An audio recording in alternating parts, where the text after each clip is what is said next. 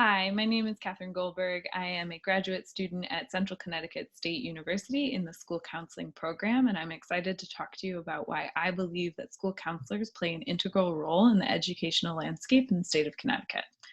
When I think about school counselors and why they're important in the state of Connecticut, it feels to me deeply intertwined with issues of racial and economic inequity within our state. And I believe that our state's data calls us to action in order to strengthen and commit ourselves to fulfilling the promise of an equitable education for all of our students. So when we look at the data in the state of Connecticut, white students in the state graduate at a rate that is nearly 20% or more higher than African American and Hispanic students.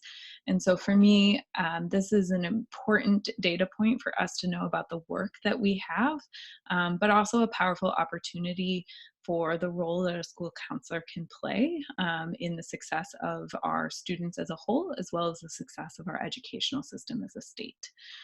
So multiple studies have indicated that school counseling can have a really positive impact and have a positive relationship between students and student outcomes and achievement measures. So whether we are looking at things like GPA, graduation rates, college application completion, AP courses enrollment in those AP courses, or applications and matriculation to four-year institutions for post-secondary education, we see time and time again that school counselors um, have a really positive impact in that way. So one of the important things that we think about is also what is the ratio of school counselors that we have. So the National Association for School Counselors, the American School Counselor Association, recommends that we have a ratio of 250 students to every school counselor. In Connecticut, our data shows that we are not currently meeting that recommendation.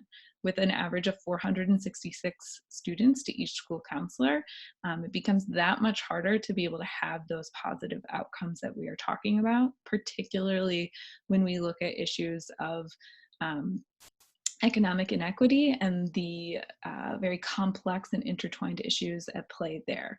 So that is to say that in our communities that have the highest need, we may also need to have school counselors have even lower ratios, so maybe 150 students or 200 students to every counselor in order to see comparable academic outcomes to their more affluent communities.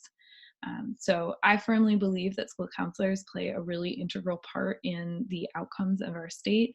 Our data shows it, and we have a powerful opportunity ahead of us as a state, given the new legislation and recommendations that have come out in the last year or so. And I urge us to consider how we can help our school counseling ratios be even smaller so that all of our students in our state can see phenomenal opportunities ahead of them. Thank you.